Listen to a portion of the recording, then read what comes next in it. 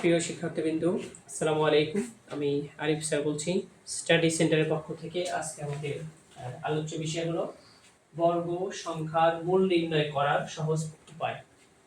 আমরা বর্গ সংখ্যাগুলো, এই ধরনের বর্গ সংখ্যা আসলে আমরা অঙ্ক করতে অনেক সময় বিভ্রান্তির মধ্যে পড়ি এবং অঙ্ক ভুল হয়ে যায়। তোমরা যদি এই সহজ টেকনিকটা শেখো তাহলে খুব দ্রুতই এই সংখ্যাগুলোর বর্গ তুমি নির্ণয় করতে পারবে।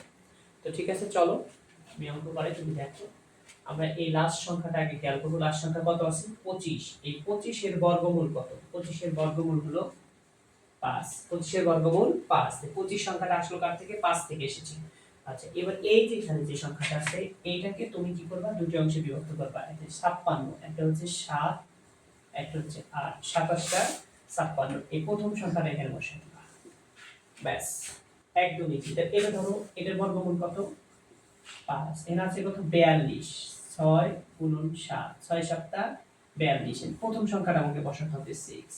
এরপর দেখো এখানে আছে কত? আমার ডাবল জিরো। জিরোর বর্গমূল কত হবে? 0 হবে। আর এখানে তোমার আছে কত? 25। 25 মানে হচ্ছে 5 গুণন 5। তাহলে প্রথম সংখ্যা আমার আছে কত? 5। এক কথায় উত্তর বের হয়ে যাবে।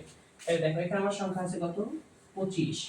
25 কে যদি আমি করি, 25 সংখ্যা হচ্ছে আমার 5। হ্যাঁ, 5। এরপরে 72 কে তুমি যদি ভাঙাও তাহলে হবে 8 গুণন 9। তাহলে প্রথম সংখ্যা কত? আমার 8 হয়ে গেল 8।